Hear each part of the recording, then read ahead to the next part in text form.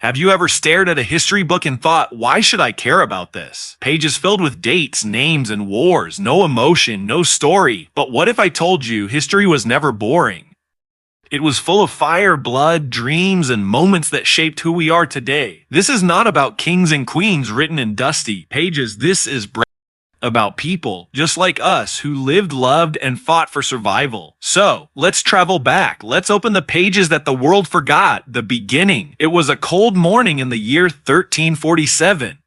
The city of Messina in Sicily looked peaceful at sunrise. Fishermen were pulling their nets from the sea. Children were chasing each other in the narrow streets, and church bells were ringing from the tall towers. But that morning, something strange happened. A group of ships arrived at the port, black sails, silent decks, no sound except the cry of the seagulls. People came closer to see what was inside. And that was the moment when history changed forever. The sailors on those ships were dying. Their faces were pale, their eyes full of fear. Some were already dead, their bodies covered with dark spots. The city guards shouted for help, but no one knew what they were fighting against. Within days, the same sickness spread through the streets. It was the beginning of the Black Death, the deadliest plague in human history. In just a few months, millions would die. But in that horror, something unexpected happened. Humanity started to change. The lesson hidden in history. Most people read about the Black Death, this a tragic event that killed half of Europe. But what they don't see is how it completely reshaped the world. Before the plague, the poor had no voice. They worked for landowners. They paid taxes. They lived and died with no hope. After the plague, everything was different. There were fewer workers, so the survivors suddenly became valuable. They asked for higher wages. They demanded better lives. And for the first time in history, ordinary people began to matter. The plague destroyed the old world, but it also created a new one. It gave birth to the middle class, and later to something even greater, the Renaissance, the hidden side of change. Imagine Europe after the plague, empty villages, silent towns, churches filled with candles for the dead. But amid that silence, new ideas were being born. Painters started drawing faces with emotion. Writers began to question old beliefs. Scientists tried to understand nature instead of fearing it. People asked, if God allowed this, maybe we should start thinking for ourselves. Of that single thought changed everything. The Renaissance was not just about art and beauty, it was about freedom of the human mind. And that freedom began because a sickness broke the chains of fear. History books don't tell you this part. They show the plague as numbers and dates. But behind those numbers were real people like Anna, a baker's daughter, who lost her parents but started baking bread for her whole village, keeping them alive. Or Matteo, a young priest, who stopped preaching about sin and started teaching children to read because he believed knowledge was the true light. These people were not famous, but they changed the course of humanity. History repeats in silence. Now think about this. Every great change in history began with pain, wars, plagues, revolutions. They broke the old world so a new one could rise. But the books rarely tell the emotional side. They tell you what happened, but not what it felt like. When we see history as feelings instead of facts, everything changes. It's not boring anymore. It becomes real.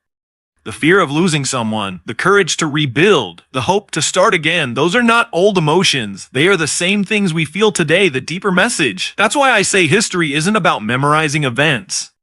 It's about understanding people, because their stories are our stories. The people who lived through the plague were not so different from us. They wanted safety. They wanted love. They wanted a future.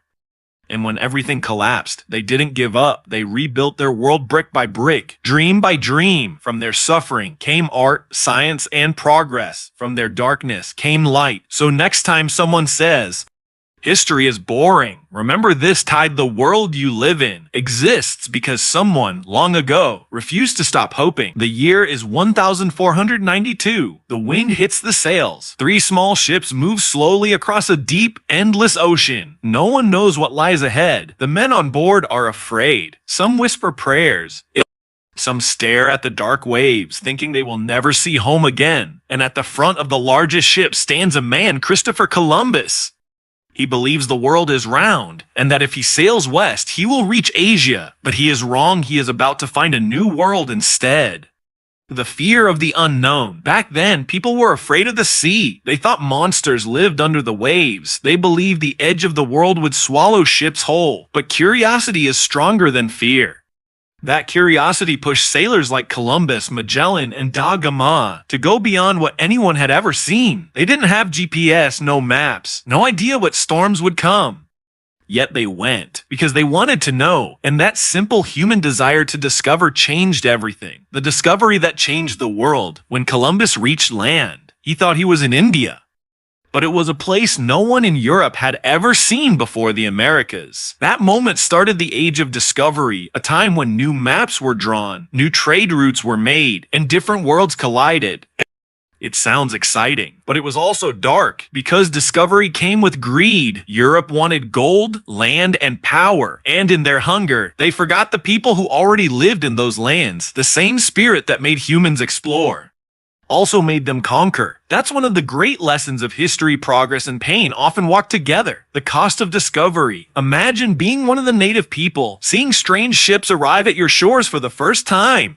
Men wearing shining armor, speaking unknown words, carrying weapons that spit fire. At first, they seemed like gods, but soon, fear turned to horror. Whole civilizations, the Aztecs, the Incas, the Mayans, were destroyed by war and disease. It was the price of discovery, and humanity has carried that guilt ever since. Yet, in that same age, something new began connection. For the first time, people from different continents met, traded, and learned from each other. New foods, ideas, and inventions started to move across the world. Potatoes from the Americas went to Europe. Horses from Europe came to the Americas. Sugar, coffee, and spices changed diets forever. The world became one, not perfectly, not peacefully, but connected. The hidden human side. Behind every great explorer, there were ordinary people whose names were never written down. There were sailors who cried for home, artists who drew maps by candlelight, women who waited for years, hoping their husbands would return.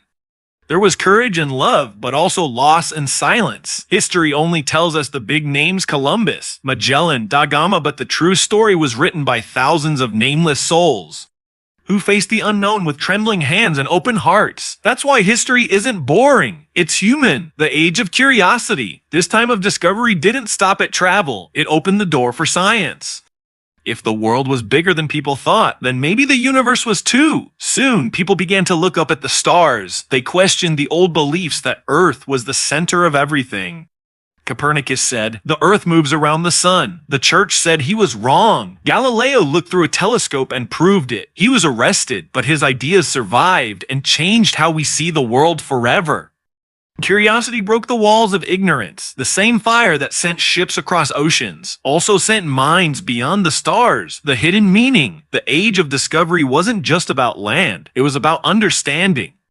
Humans learned that the world is vast, diverse, and filled with both beauty and danger. We learned that exploration comes with responsibility, because when you touch something new, you change it, and it changes you. That truth still matters today. Every new invention, every new journey, still carries both hope and risk. The emotional closing. When we look back now, it's easy to judge the past, to say they were wrong, or cruel, or blind. And yes, they made terrible mistakes, but they also had courage. They dared to go where no one had gone before. That's what makes history alive, not the facts, but the feelings. Columbus's fear in the storm. A sailor whispering a prayer under a sky full of stars. A native child watching. Strange men arrive on his beach. A scientist, trembling, writing an idea that could get him killed. Those moments, small, human, fragile, are the heartbeat of history. The year is 1760. A thick cloud of smoke rises above the cities of England. The sound of hammers, wheels, and steam fills the air. Men with blackened faces work in hot factories.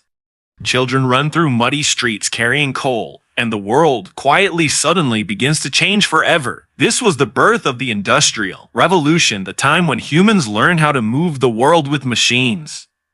A world in motion. Before this, everything was done by hand. Farmers grew crops, tailors made clothes, and horses carried goods. But then inventors started building new tools, machines that could spin, weave, and pump faster than any man. James Watt built a new kind of engine, a steam engine that could power factories and trains. In one generation, the way people lived, worked, and dreamed changed completely. For the first time, humans didn't depend only on muscle or wind, they had power. Steam became the heartbeat of progress. Life in the industrial age. At first, people thought this new world was magical. Factories meant more jobs, more goods, more money. Cities grew fast. But inside those cities, life was not easy. The air was thick with smoke. Children as young as 7 worked 10 hours a day. People lived in crowded rooms, coughing from the dust. The machines were loud, dangerous, and never stopped. Yet, among that struggle, something new was born: hope. People began to believe they could change their own lives. If they worked hard, if they learned, if they adapted, they could move up in the world. That was the beginning of the modern dream, the dream that no matter who you are, you can build your own future. The power of invention. The Industrial Revolution was not just about factories, it was about imagination. George Stephenson built the first steam locomotive, a train that could move faster than a horse. For the first time in history, people could travel far from their homes in just hours instead of days. Samuel and Morse invented the telegraph, and people could send messages across miles in seconds. The world became smaller, faster, more connected. It was as if humanity had discovered its own heartbeat, a rhythm of creation that never stopped. The forgotten workers. But behind every machine, there were thousands of hands that never got credit. The women who worked in spinning mills, their fingers bleeding from cotton threads. The miners who dug coal in darkness. The children who climbed under machines to fix them. They are not in most history books, but without them, the world we know would not exist. Their suffering gave birth to the idea of workers' rights. People began to fight for fair pay, shorter hours, and safety. And slowly, change began to happen. So once again, pain became the path to progress. The rise of the new thinkers. This age also brought new voices, people who looked at the world and asked, is this progress or slavery? Charles Dickens wrote about the poor. Karl Marx wrote about justice. Florence Nightingale fought for health and compassion. For the first time, the common man and woman were no longer invisible. They had stories worth telling. History became more than kings and empires. It became the story of everyone. The fire that spread from England, the fire of industry spread to Europe, America, and beyond. Steamships crossed oceans. Railroads crossed continents. Cities like New York, Paris, and London became centers of energy and invention. But not everyone welcomed this change. Some people missed the quiet of the old days, the sound of wind in the fields, the beauty of handmade things. It was the beginning of a question that still lives today. How much progress is too much? The human side of machines. The machines didn't just change work, they changed the human heart. For the first time, people felt the speed of life increasing. Time became money. The world moved faster than people could think. Some embraced it with excitement, some felt lost, but one truth remained: human curiosity would never stop. Once we learned how to make machines move, we started dreaming of machines that could think. The lesson of the machine age. The Industrial Revolution taught us something powerful. Every invention changes not just how we live, but who we are. It gave us light, speed, and comfort, but it also gave need double provoke comfort pollution, inequality, and war machines. Progress always comes with a cost, and history is the mirror that shows us that cost. But if we learn from it, if we build smarter, kinder, more human machines, then history becomes our guide, not our warning. The world was changing faster than ever. Cities were growing. People were moving from small villages to big towns, and a new kind of power was rising. The power of machines. It started with steam. Before that, people used animals or their own hands to work. But when steam engines were built, everything changed. Trains started to move across the land. Ships could travel faster than the wind. Factories came alive with noise and smoke. For the first time in history, humans were not limited by their muscles. They had machines to help them. The birth of industry. Factories began to rise like giants. Huge metal wheels turned day and night. Men, women, and even children worked inside them. They made clothes, tools, and machines faster than ever before. The world was no longer quiet. It was full of sound. The hammer, the steam, the whistle of the train. But not everyone was happy. While some became rich, many people worked long hours for little pay. The cities grew crowded. Smoke filled the sky. Children ran in dirty streets. It was a time of progress, but also a time of pain. The age of invention. In the middle of this change, inventors began to dream big. They wanted to make life easier, faster, and better. One man created the telephone. Another built the light bulb. Engines became smaller and stronger.